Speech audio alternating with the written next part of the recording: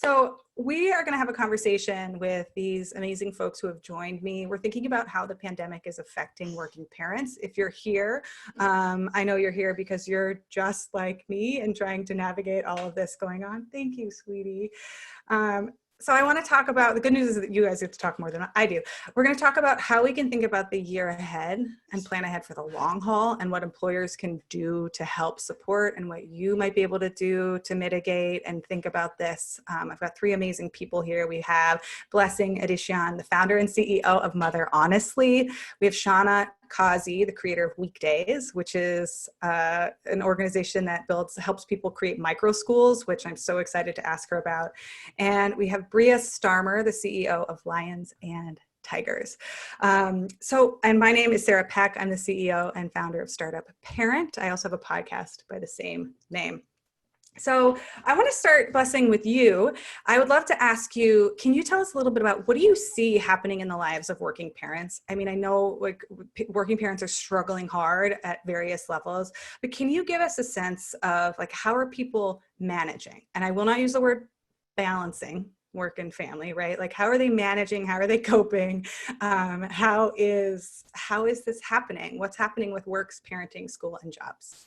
Absolutely. So I think it's no longer news to everyone, right? That we have a public health crisis on our hands. We have a gender crisis on our hands. We have a caregiving crisis on our hands. I mean, the crisis continues. We have an economic crisis on our hands.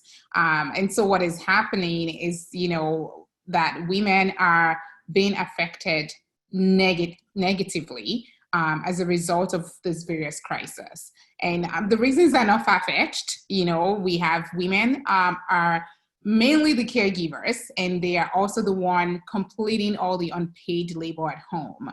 So what we're hearing from a lot of our moms is that, oh my goodness, I have to work full-time. I have to take care of my family full-time. And then there's this psychological anxiety of safety, making sure that my kids are safe, that the groceries we're bringing in are safe, that when we go out, that we are prepared to sort of fend off this virus. And then on the other hand, we have a childcare crisis, because these parents are now at this point in their lives where school is starting again, and much of the school across the country is a hybrid schedule or it's virtual. And so parents are now having to deal with, can we send our kids to school? So that is, again, dependent on your, comfort level, right? Can I really send my kids to school? And I know we talked about it, Sarah, of, you sending your kids back and then, they have to stay home another 2 weeks. So we have this crisis. And then we have the childcare system itself that 86% of them are struggling to stay open because families are not eager to bring their kids back. And they have to now spend so much money to keep their organization clean and up to standard, right, so that parents can feel comfortable coming in. So what we have on our hands is just a bunch of mess that working parents are having to deal with themselves. And what I mean by that is that we have a society that has deprioritized working families from day one. And the pandemic has basically exposed what is wrong in our society. We have a society that was built for one single earner family, but really enjoys the benefits of a dual career family and has failed to support that family structure. So it's a whole bunch of different things. And if you're still following, it's the short summary is that this is unsustainable. It's unsustainable for us. It's unsustainable for our economy. It's unsustainable for childcare centers that are supporting working families. And so I don't have the answers right now. I think what I have is where do we go from here? How do we reshape the next economy? How do we reshape what comes after COVID? And how do we prepare ourselves, women especially, who have been set back? I mean, I don't think there's a question or a doubt in our mind that women are going to be set back for at least a decade or more. And so how can we stop that bleed? And how can we prepare women and our next generation of girls for what's coming? Oh, thank you so much for saying all of this, because it's just like, it is dire, but I also think there is some relief in saying listen, if you feel overwhelmed and frazzled and stressed out, like you can't do it all or have it all, or somehow you're not able to like massage it and get it just right. Like that was the cutest my kid has been in a good long while. Like, I don't know how that happened because that is a lie, everyone. Like it is a lot harder than that.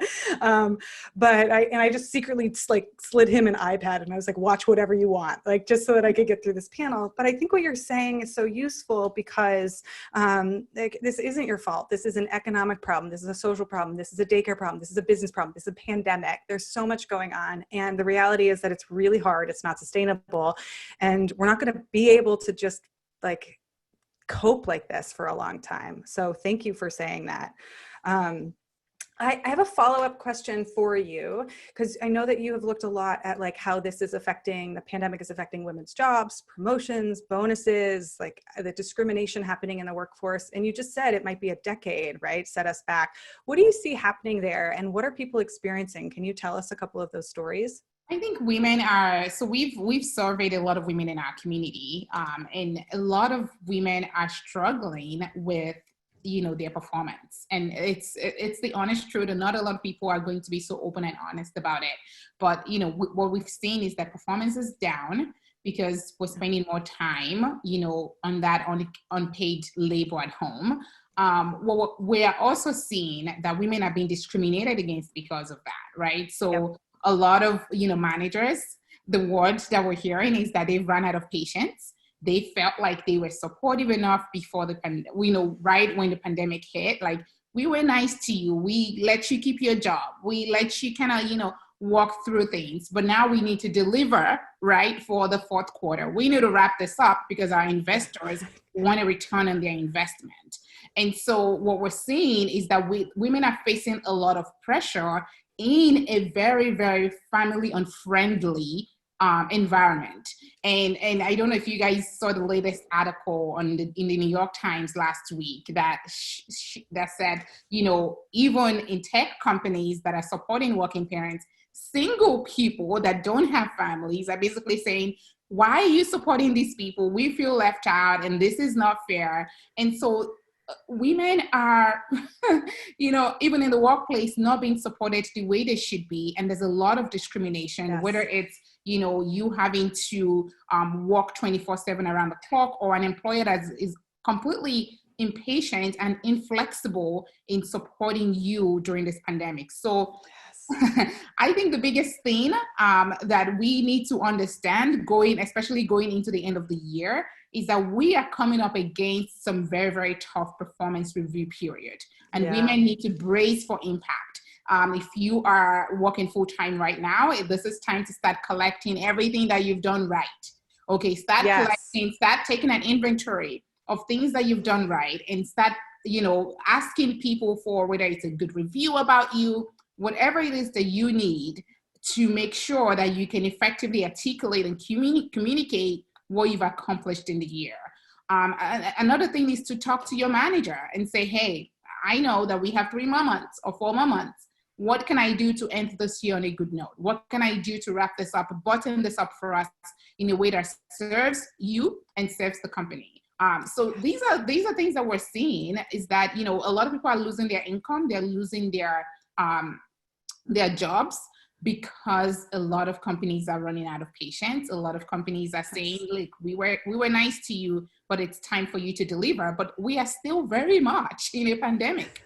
Nothing has changed. And so part of the conversation that we need to be having, and I'm glad Brea is here to expand on that, is how can employers support working families? How can we support caregivers that are, having to take care of their kids, having to work, and having to really deal with all the various, aspect of this pandemic that may not be clear to us. Some people have elderly folks at home that they need to take care of. Some people have, whether it's they are living in a abusive relationship. There are just so many things that is happening that we need to be ready to tackle from an employer side and also from the public policy side. Yes, yes. Okay. This is so beautifully said, although so challenging for everyone dealing with it. And one of our watchers here just said that discriminatory attitude was so vividly described by Blessing. I agree. Thank you.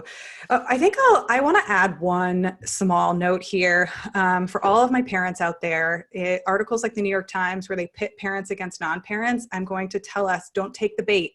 Do not take the bait, because this is actually one of the things that keeps us from being focused together on the solutions we need, because people everywhere are suffering, and people who don't have children are also suffering. And it doesn't help us in the long run if we tell people without kids that we have it so much harder. I mean, maybe we do, but we're not going to take the bait. Okay. Right. This is not going to be an effective strategy for us in the long term. I love, Blessing, what you said too about being your own champion. And if you can't find it within you to do that, like you're struggling mentally to be able to do that, find a buddy, find another gal, find another working parent, and say, like, what are the best things I've done this year? I've got to get my ego back on board so that I can pass this performance review, because chances are you're doing a better job than you think you are. I don't know if you all remember, but like during the postpartum period, I felt like I was just like I felt like my skirt was up and my blouse was open, and everyone could see everything I was feeling, and that I was doing a horrible job, and people did not have that experience of me. So just because you're feeling like you're doing a bad job, you might be doing better than you think. I want to come over to you, Shauna, and ask you all about, you've created Weekdays, and you're like deep in solution mode, which is like one of my favorite places to live. And it's this way for parents to find and join amazing neighborhood micro schools. Can you tell us, first of all, how do they work, and how did you come up with the idea? Yeah, so I started this company a year ago out of Madrona Venture Labs in Seattle.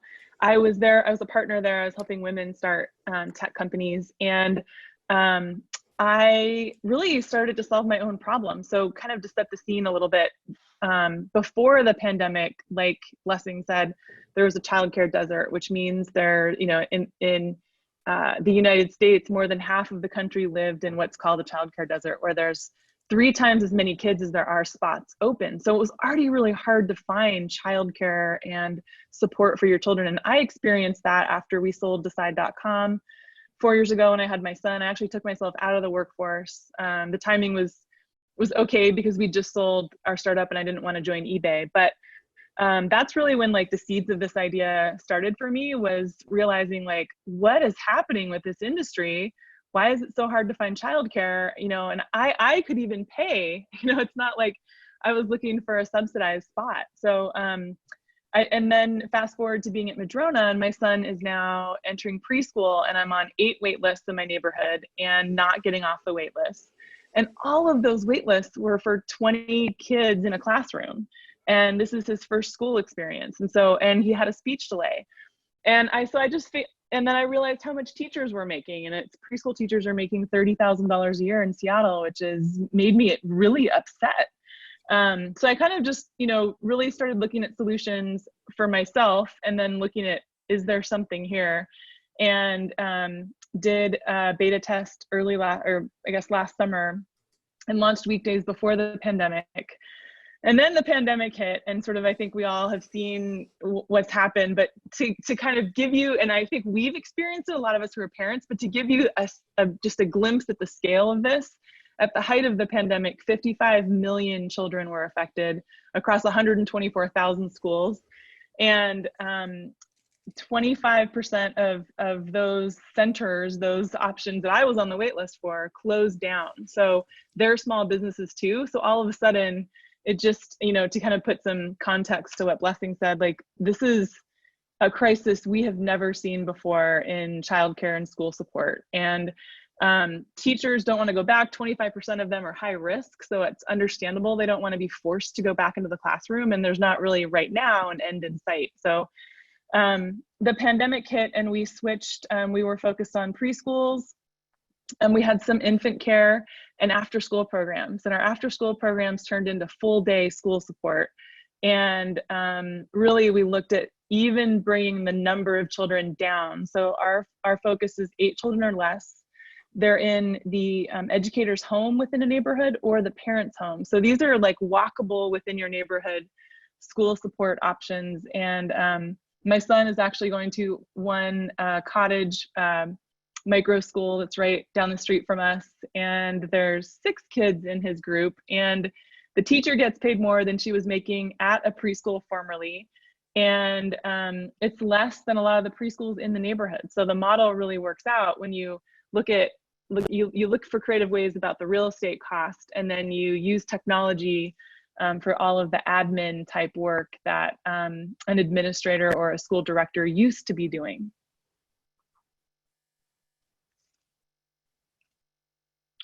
I muted myself. I was going to say, how did it work? How does it work in terms of, like, aren't there lots of rules and regulations for childcare centers? And how do you pass all the different this is the essence of your startup, right? But I want to get into the details. How did you solve this? Well, I mean, there's a lot to it, but, focusing on each section. So we help with we've been called the Airbnb of childcare and school support. And I think that makes sense in a lot of ways, except for we have a really high quality bar. We only work with about 15% of the educators that are interested in working with us. So that's maybe the only difference. But we help with liability. Our platform really helps with a website, enrollments, payments, liability insurance, all the support you would need to figure out if you're license exempt or licensed. And then all the paperwork and forms that you need, including a COVID agreement. Yeah. So essentially, if you're an educator and you want to work with children and you have prior experience, or if you're a parent who's interested, we will just make it completely effortless to find a great option in your neighborhood and for an educator to start a program. I mean, I saw this, I was on your website and it was like, enter your zip code. And I said to myself, that's something I can do, right? Like, there's so much decision fatigue happening. Like, I sometimes forget my zip code. I'm like, I don't know, I can't get there. Somebody asked me to choose between 3 things. I was like, too hard, move along. But, yeah. But you do really make it easy. It reminds me a little bit of the Acton Schools model. I don't know if you're familiar, but I heard about it a long time ago, like not a long time ago. What are child years, but 7 years at a time. But the question I have is, how's it going? Like, how are signups going? Like, what have you learned from implementing this over launching in the beginning of the year till now, September?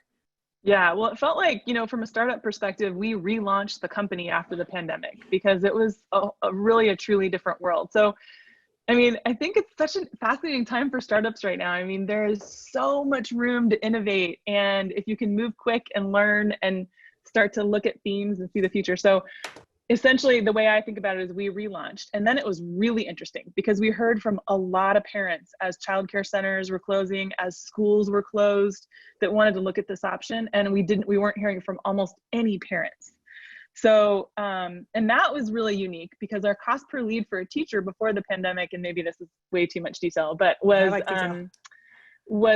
around $400. And then after the pandemic, it was we weren't even doing any marketing to get the educators, but when we did, it was $19. I mean, just like, it couldn't have been more different because all of the educators are really looking for a different option and looking to figure out, this doesn't look like it's going away soon. What am I going to do this year? And then 2.5 months ago, right around 2.5 months ago, when we saw a better picture of what was going to happen, I think from a parent perspective of what the school year was going to look like, and you started to see this rolling mention of schools being remote, of schools not coming back, of the teacher unions really having a tough time thinking about forcing them to go back into the classroom. And it was like overnight, it was a switch. We just started hearing from thousands and thousands of parents every single day.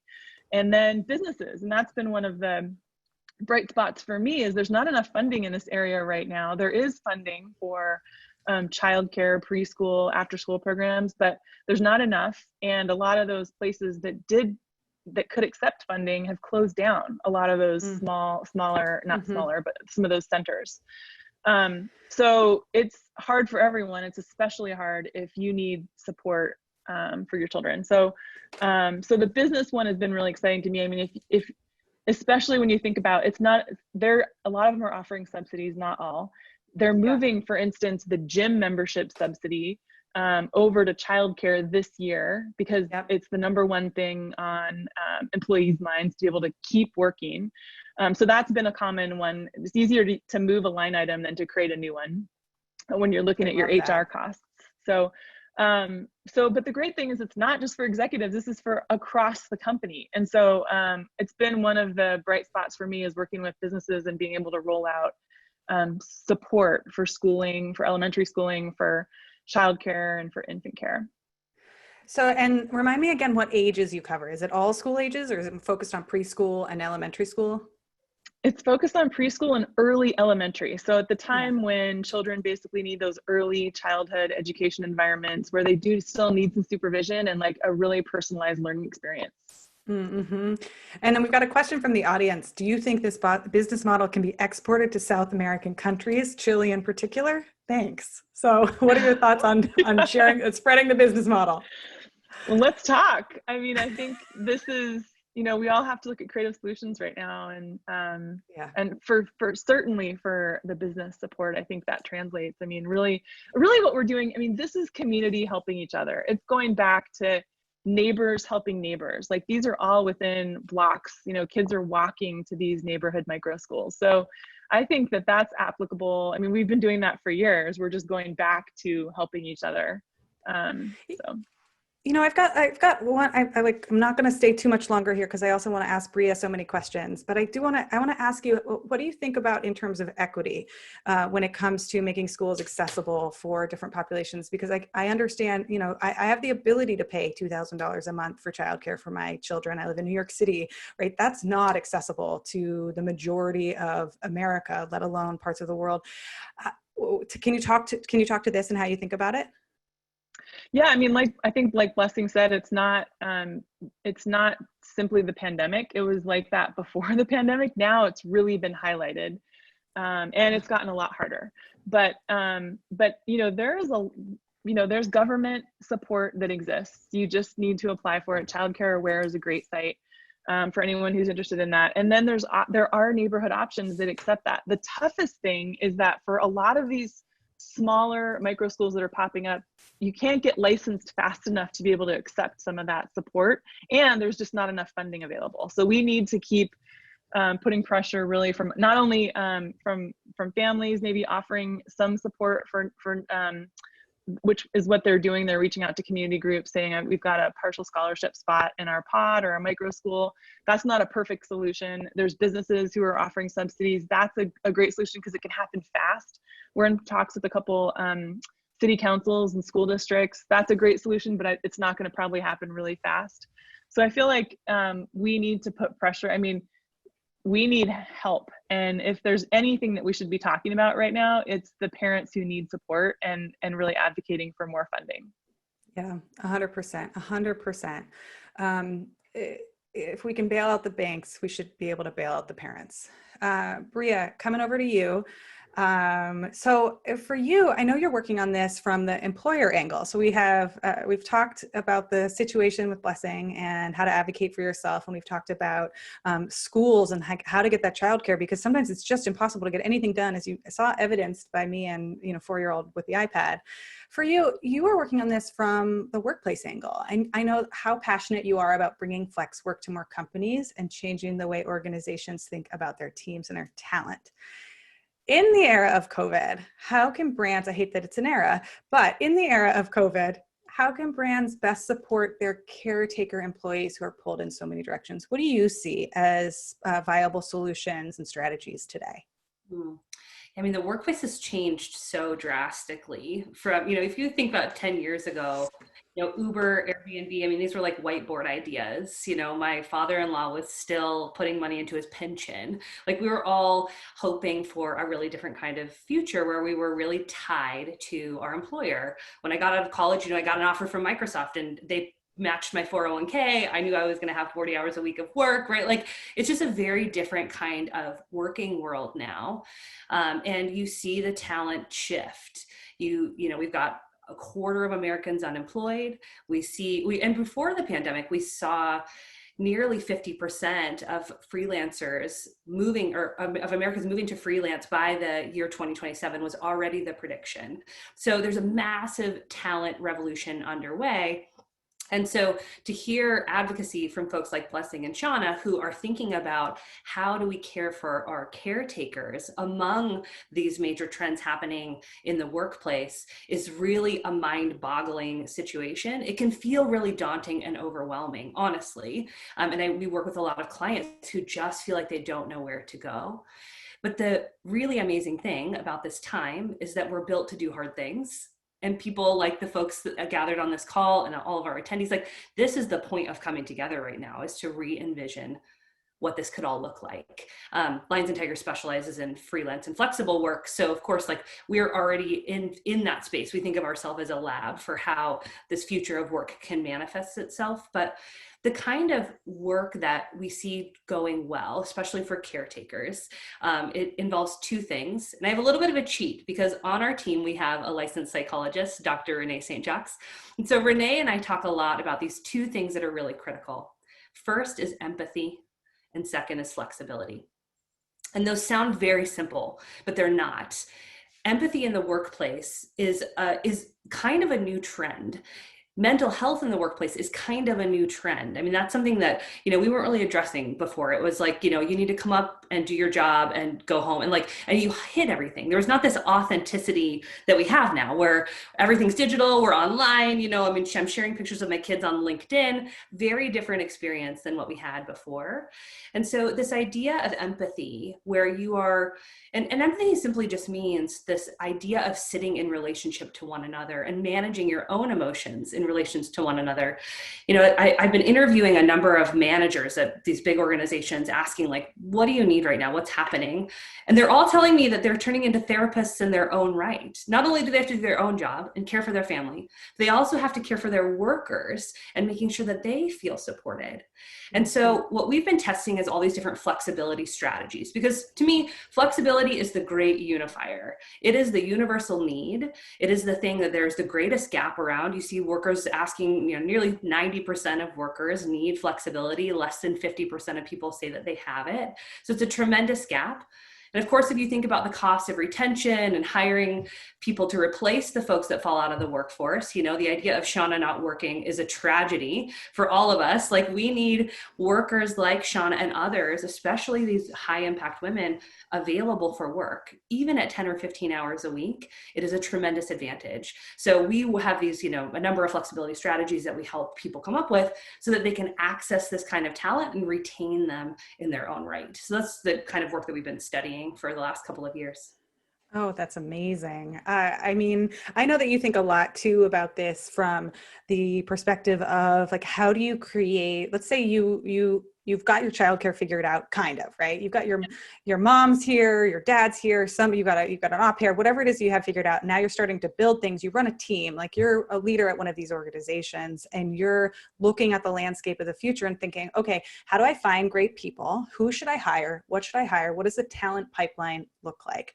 I think one of the things that you talk about so specifically that's so helpful is that we need to get out of the way of thinking about W-2s. Like, we used to think that there are pensions and W-2s. Can you talk about, how do you put it, retaining people and hiring new people and outsourcing and how do you think about staffing and what revolutions or insights do you have when it comes to how you can set up your organization in the first place?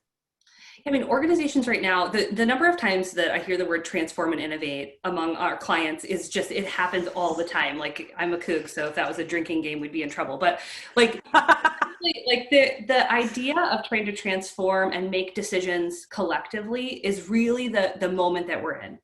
And the idea that you would only look to the people who are full-time employed in your organization to make those decisions is really limited. It's really limiting. And the idea that they also are taxed, they also may not be bringing their best selves to work, certainly means that you are limited to the brain cells that you have in the room.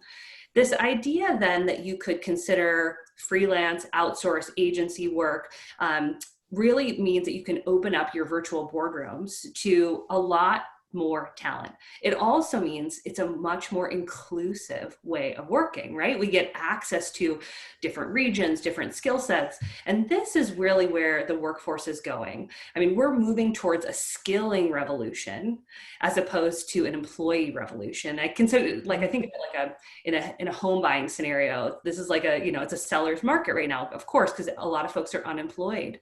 But if we were to turn that on its head and let brands think about, how do I innovate decision-making in my organization and being able to bring in the exact skill sets I need for those next set of decisions, wouldn't I have a bigger and better opportunity to make sure that I'm the most competitive possible? And so there's a couple of things I think about. One is risk. So for that next decision, are there legal risks? Are there IP risks? Do I need someone to sit with me for a long term so that I can ensure that that risk is mitigated for that next decision? The next is, of my team that I have, do I have the specialists in the room, or do I need something very specific? Am I trying to solve an SEO problem and I need someone specifically for that? Or am I looking for someone that specializes in change management, or in our case, exec coaching? So there are these like very specific skill sets that you may not have incumbent on your team. And then the other thing is, as I think about altitudes of decisions, so am I a leader that's planning for a workforce revolution of 4,000 employees, or am I thinking about an individual contributor? And so that altitude really may dictate who you need alongside you to make those decisions. And so the way in which the speed at which we're making those decisions really changes, and you can really think very creatively about who you bring alongside you for those decision-making processes. Oh my gosh, I love hearing you talk about like the way that you think about employing and staffing a workforce, because I think one of the most limiting beliefs of the last, let's call it the last 20 years, but it's probably longer than that, maybe it's 70 years, is that a worker has to look like a white man who shows up 40 or 50 hours a week in an office with a briefcase with a wife, right? Like we've got all these stipulations for what a worker is supposed to look like, but if you run the numbers on America alone and you say, well, how many people actually look like that? Like just from an innovation standpoint, simply from like a talent acquisition standpoint, you have ruddered yourself so badly in trying to find the best people. I'm not, right, listen closely. I'm not saying that white men who are married with wives at home are bad people or not talented. They're certainly talented. There's just so many more people that are also talented that when you change the model and you shift it a little bit, you can go so far. It's just, I mean, it's so cool to hear you talk about this in the talent pipeline. And also, it's already happening. Fiverr, Upwork, right? This is not something that's like, ooh, let's imagine the future of work. This is the presence of work. So I want to come back around and do a little bit of a group discussion here now that we've heard from each of these angles. And I want to ask you about this big long-term question. And the question that we're sitting on is, how do we do this for what looks like might be another year? Right? We've got parents who are, and I'm not a future predictor. I don't know how long this is going to last, but we do have a school year ahead of us. So like, how do we make it through the next year? What are the strategies that we can rely on to get through it? And we've got parents who the world it's full of uncertainty. Right? We don't know what's coming. We got decision fatigue. We've got mental health struggles. We've got all the things that you've mentioned. So I would like to start by asking you all, what are you thinking about when it comes to long term? What coping mechanisms, what strategies are you either seeing people use effectively or you yourself personally coming up with? And I'll share one thing that we're doing in our family. We have a mantra that we do good enough. It's good enough. My husband and I have shorthand, and it's like, are you being a good enough parent? Great, right? Like, did they get mac and cheese? Great. Doesn't matter. Like, did they not eat? Are they fine? They're fine. They're fine. They'll eat more tomorrow. Like, did my child have 3 cups of milk for dinner? Yes, he's fine. We're just at the like basic expectations. Are you doing a good enough job? There are places in our life very specifically that we want to do stretch goals, but our bandwidth to be able to do it is so much shorter. We can't try to be like the maximizer in every single possible scenario. So we're like, whenever there's something going on, it's like, oh, that kid, by the way, the child that you saw at the top of this was wearing his pajamas and it is 1:30, right? Like just classic, like, is he clothed? Good enough. Like it's good enough. So I'm going to come back to you, Blessing. What are some coping mechanisms or strategies that you personally are using or that you recommend? I think yours are, a great place to start. My kids are still in their pajamas, and that's kind of the way we've actually invested more in pajamas than we have in the past, because just go to bed in it and, wake up and continue your day. Like we won't have to go over fighting over changing and like having to travel back and forth upstairs to go pick up a piece of clothing. Like that's just not going to happen. So, find ways to cut corners. families. And I think the very first place to begin is just to acknowledge that you are in a effing pandemic. And, and this is not something that has, ever happened before in your life. And the only thing that needs to happen is that you stay alive and come out at the end of this, intact, with your family intact. I think that's the biggest thing, because a lot of us, a lot of people are going to fall sick, and, you're going to do all you can to try not to fall sick. And if you have fallen sick and you've recovered, great too. So I think the first thing is to prioritize yourself, prioritize your family, because nobody's going to take care of you. You are the only one that will take care of yourself. And so I always say, make the most of this time with your family. See the silver lining. For us, the silver lining is that we are together, right?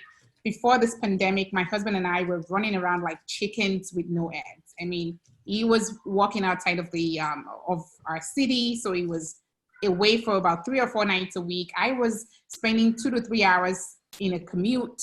It was a complete mess. And, the pandemic has forced us to slow down. So that is one silver lining that we've acknowledged and decided we're going to make the most of.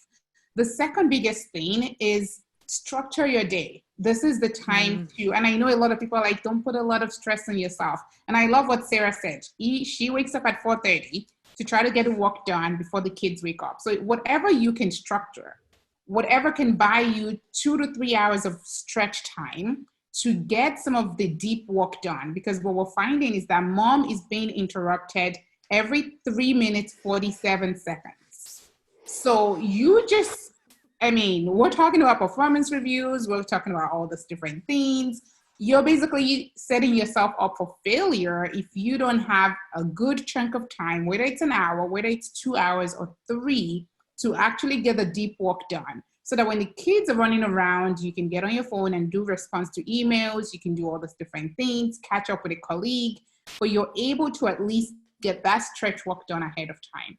And lastly, get help. I mean, to me, it sounds very basic, but if you can just afford, and I think there's an article that shows that we're saving more now because we're not spending more on childcare. So if you can at least have some kind of buffer to either it's get help that can come to your house, depending on your safety level, or just help to outsource a whole bunch of different things virtually, right? Things that can help you, whether it's a meal delivery system, whether it's somebody coming to the house to grab all the laundry, whatever you can do to get that out of the way. And lastly, please get your spouse on board. I think what we're finding in this pandemic is that women are losing their minds because suddenly they realize that they're married to men that cannot even support them in a pandemic. Like, that is mind-blowing to suddenly realize that the world is literally in an apocalyptic,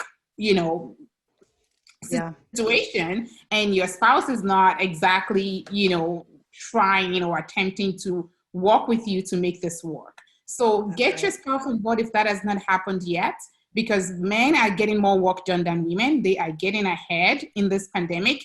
What we found is that men are 3 to 4 times more likely to be promoted in this pandemic than women.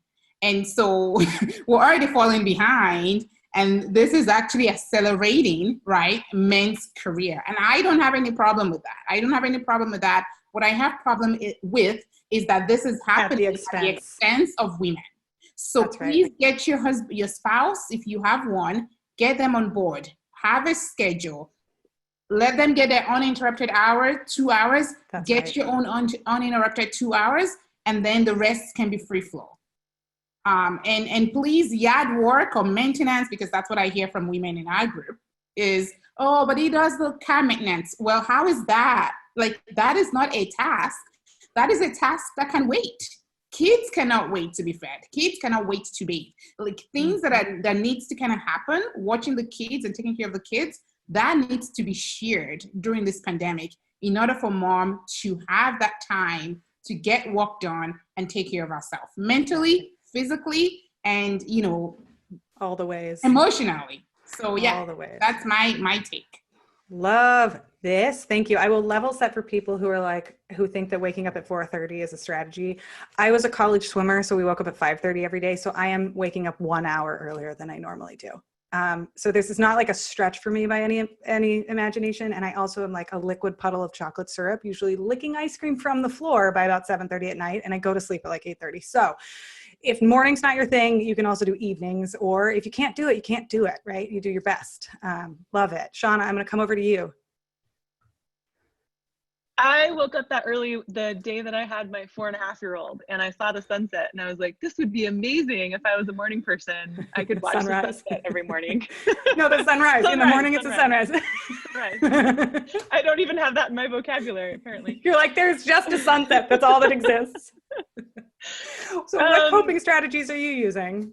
So, I mean, I found some things that have been bright spots that have worked really well that I've been excited about. I mean, one of them, you know, what I'm not sure if it's a coping mechanism, but when I'm looking at my team and who I need, I think that was a good point on like staffing and looking at your team, who you need.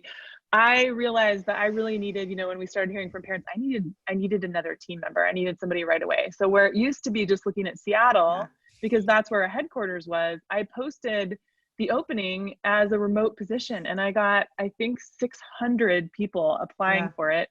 I hired somebody in Palo Alto, which is great because that's an area where we have micro schools, and so it was even better. But I was blown away at the talent pool that exists when now, we're fully remote. We're going to stay remote for our team.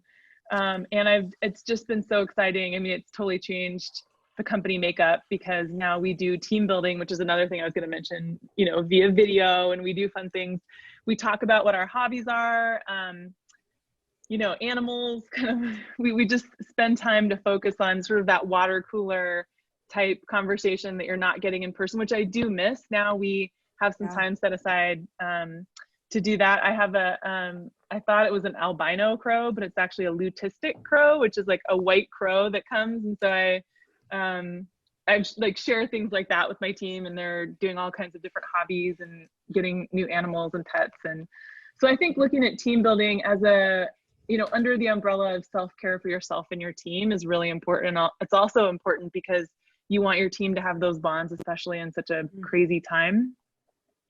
And then maybe I think the biggest one was a mentality shift of, look, like for our industry, there hasn't been this much change in the last 100 years that there has been in the last 4 months. So that means we have a blank slate. If anybody's going to come out of this, like now we might be on the same level as a big company because they've got losses. They're thinking about things differently. They can't move as fast. We might even have an advantage over a big company. So if you kind of can shift that mentality of like, what could the future look like? Because now it's a bit of a blank slate that we've never, arguably haven't seen since maybe the, invention of mobile phones. I mean, it hasn't been from a startup standpoint, this much opportunity.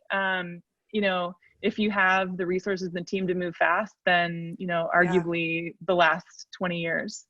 So I think and then the last one I would say is just related to our industry is like, if you need support, talk to your team, talk to your HR team, talk to your CEO about getting support for school support and for childcare, because you would be surprised at how open companies are to actually having that conversation. And it doesn't have to mean they have to spend a lot of money. There's all kinds of different ways they can support.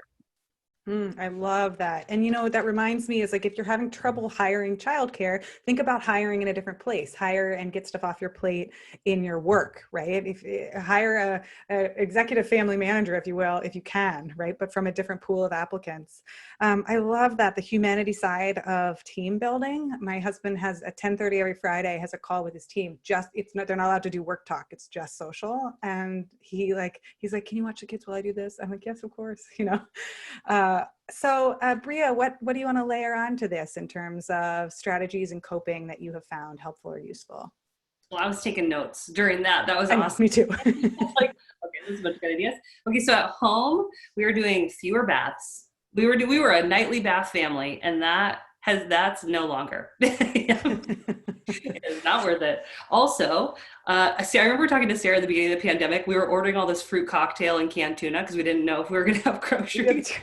And now, we know that groceries can be delivered. So Costco delivery, they have these little pre-made meals, and like that's been a go-to for us. So like, there's just like hacks like that we just got to get through.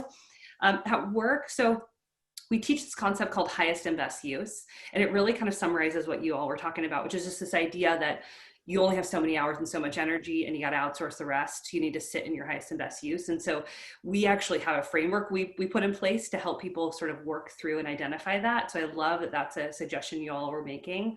The other thing that we've done is, especially when pandemic started, we did a bunch of documentation and backup planning, so that if anyone got sick on the team, we would have all the documents done, we would have notes on our client accounts, and for our clients, if any one of them got sick, we serve as their backup.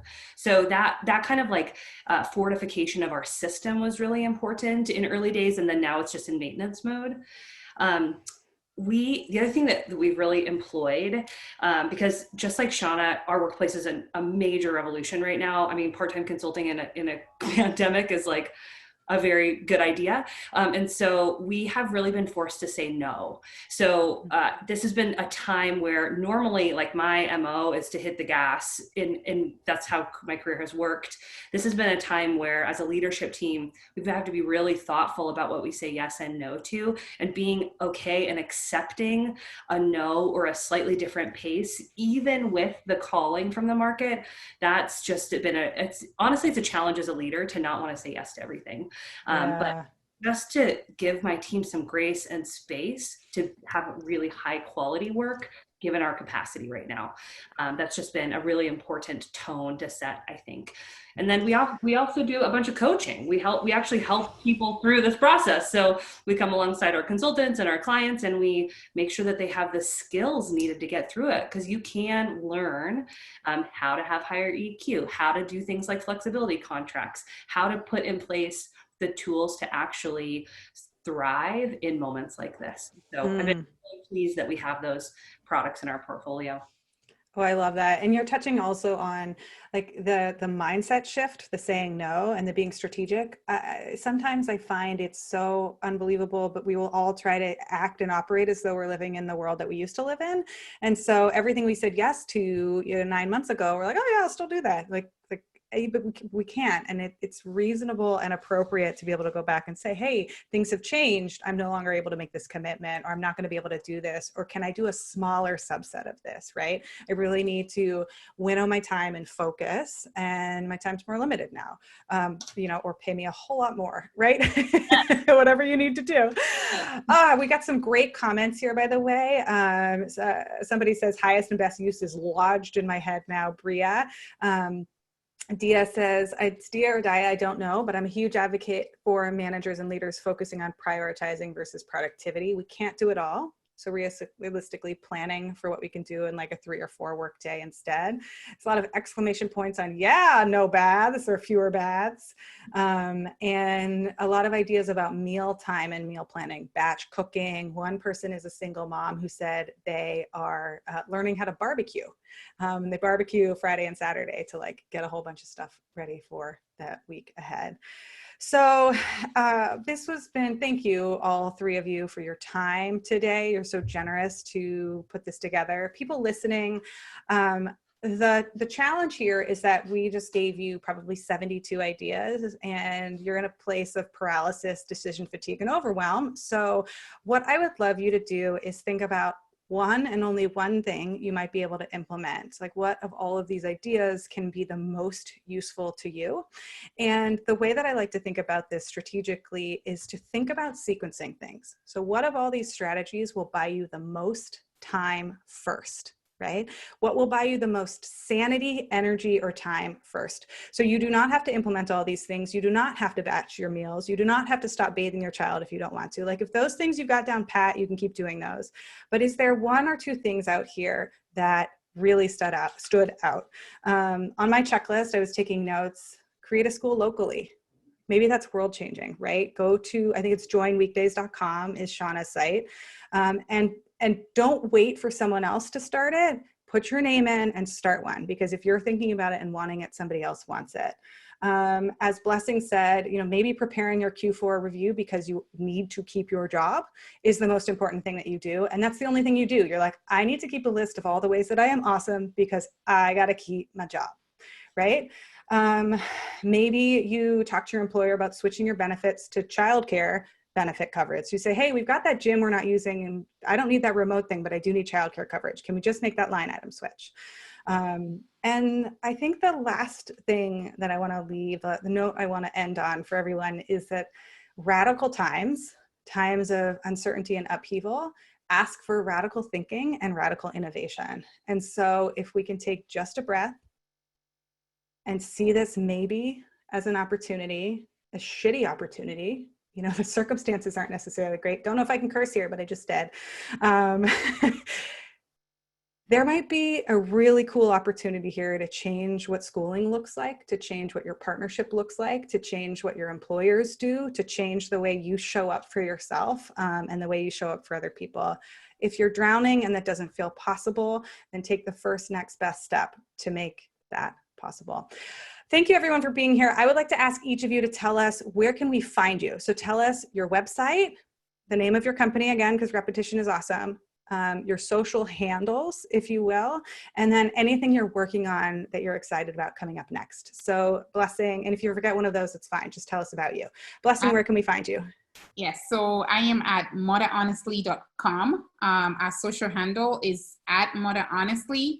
We also have a caregiving and work summit coming up where we're bringing together caregivers, parents, and employers to talk about how we solve this crisis and all the wonderful innovations that are happening during this time. So feel free to go on caregivingandwork.com and register. It's free. And we're expecting thousands and thousands of attendees. So we cannot wait to have you. And I am also all over Instagram. So feel free to say hello at Mother Honestly. Yes, one of the best Instagrams. I love following it, and I can't wait for your event coming up. Thank you. Shauna, where can people find you and your work and your website? Yeah, so you mentioned it. It's our company is called Weekdays, and it's joinweekdays.com. And you can always so I am on Twitter, and I've often can respond on Twitter faster than email. So at Shauna Causey on Twitter is great. I'm also on LinkedIn, kind of everywhere else. And I think, we talked about it, but the thing that I'm the most excited about is looking at business support and how businesses are going to support parents in particular, not just this year, but ongoing. And I think that's one of the fastest ways we can see change. And so that's really what I'm focused on the next few months as we move into it's scary, but moving into the holidays already in the next few months. I know, right? It's wild. I really, really hope that we can see such changes like this happen and make long-lasting change for the years to come. That would be thrilling. Go start a school, folks. And Brea, go start a school. Where can we find you? What's your website? And what are you excited about, looking forward to? Sure. We are lions-tigers.com. LinkedIn is our favorite space to be, so you can find Lions and Tigers there, or I'm at Brea Starmer on LinkedIn, so would love to spend some time with you. Up next, I think right now, these couple of weeks are about back to school. So it's just I just want to cushion and hug everyone that's going through this experience that we're all collectively in. For those of you that have school age kids, the thing I'm most excited about, I actually loved Blessing's comment about end of year because it's such a beautiful time to think about reinvention and strategic planning for brands and organizations and thinking about their talent revolution for 2021. I will have a baby on December 2nd. It's scheduled. So I'm also preparing a nursery while thinking about how brands can innovate talent. So there's a lot coming up for us, but would love to see y'all on LinkedIn. Oh, I love it. And I'm Sarah Peck, everyone. I host a podcast, the Startup Parent Podcast. We talk about things like this. Oh, thanks, Brea. And for those listening later, we're going to rebroadcast this on the podcast too. So she just said yay, but she was muted. So I didn't just, shout to myself. But Startup Parent, we've got a podcast. You can find me at startup_parent on Twitter and Instagram. So everybody, thank you so much for attending. It is just an honor to have you here. We are going to sign off. There will be a recording and it will be sent out along with all the links that we mentioned, all the places you can find us, so you don't have to remember and memorize everything. And that is it. Have an amazing, amazing day. I hope that you got to attend any part of this, and be well, take a breath, have a good one. Thanks everyone for joining.